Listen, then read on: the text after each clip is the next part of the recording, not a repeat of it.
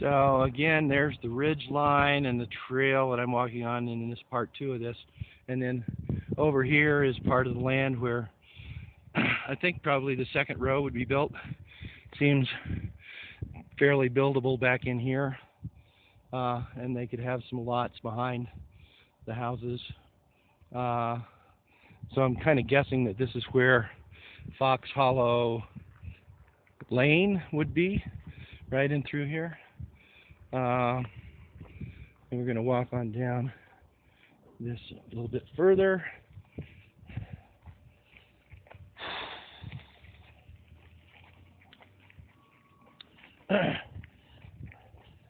So this is kind of in the middle of the development. It stretches way over that way, as well as pretty far down that way.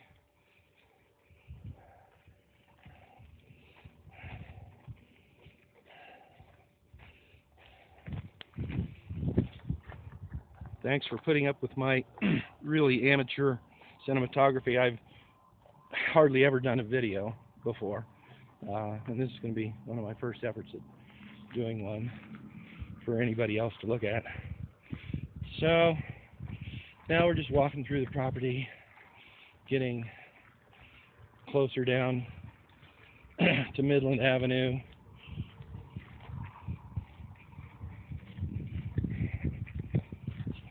You can tell it's really dry here this right now, and this kind of terrain, you know, the part that's not on the asphalt, it doesn't absorb water much either, so it's going to have a pretty high runoff factor along with the rockier stuff up above. You can see there's rocks in this too, not very deep below the finer soil, which explains why I get tons of runoff already down my driveway, and in spite of the fact that Sopris Engineering, or whoever the engineering consultant was that looked at this, said they put in a retention zone, which I think would lie underground in here somewhere in here. That's only calculated for a 25-year event, which they estimate at 2.11 inches. Might be a good estimate based on past history, but we've been breaking all kinds of records lately. You need to look up some of the big events that have happened in Colorado, around Denver and Boulder. I realize that's the Front Range, so it may be a little different here, but the point is, all over the country, people have been having extreme events. And I swear, it seemed to me like just a week or so ago, we had a fairly extreme event here in our neighborhood of rainfall. There was quite a bit of water coming down my driveway. Maybe that was 2 weeks ago. Anyway, it was in the summer recently.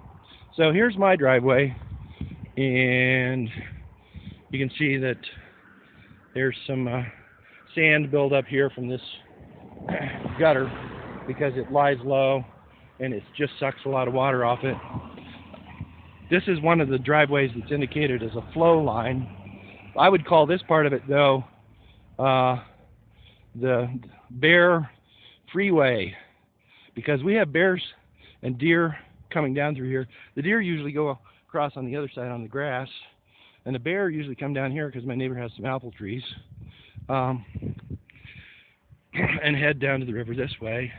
Anyway, they both converge behind my house and make it down to the river. I'll show you that path in a few seconds here. If I can pick up the pace, it's about as fast as I can go.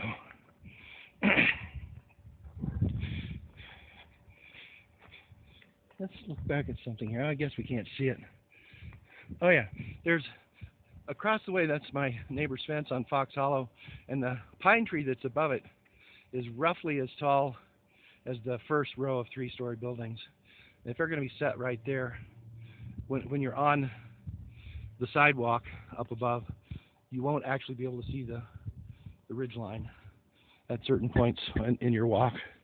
or when you're driving by in a car or riding a bike. um, we have a really nice backyard that we like a lot. It's been, since we moved in just into 2012, things have eroded a little bit though. As you can see, the driveway is starting to collapse here, and the wood on this is starting to go from the runoff that's been constantly kind of coming down. So I need to cut my grass, mow the grass. Actually, Randy, my neighbor, does that. Pretty neighborly group that we have here. We all get along fine and enjoy their surroundings. And I have here,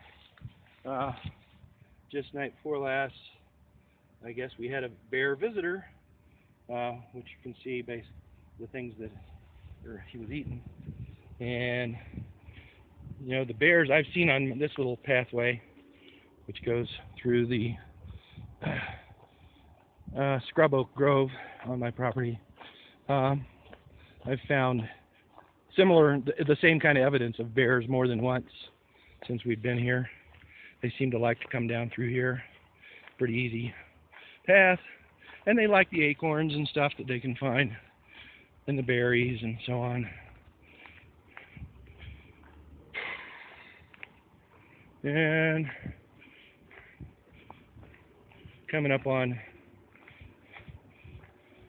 a little patio that I've got on my property. I should put in some kind of a GoPro camera or some kind, one of those cameras that comes on automatically, and see if I can photograph some wildlife down here at night. But there's your Roaring Fork River.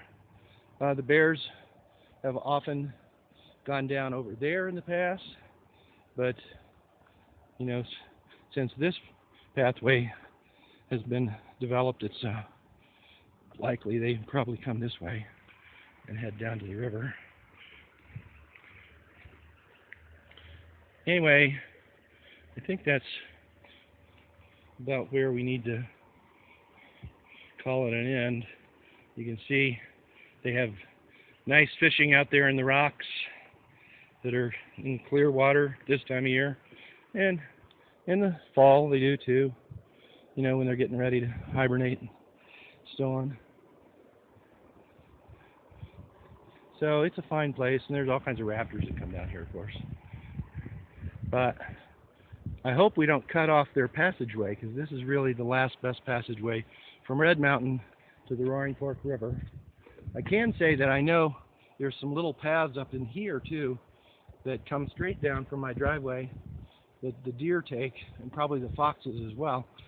I don't know if any bear do. I've never seen any evidence of them, but they'll just come down over the side on these little pathways.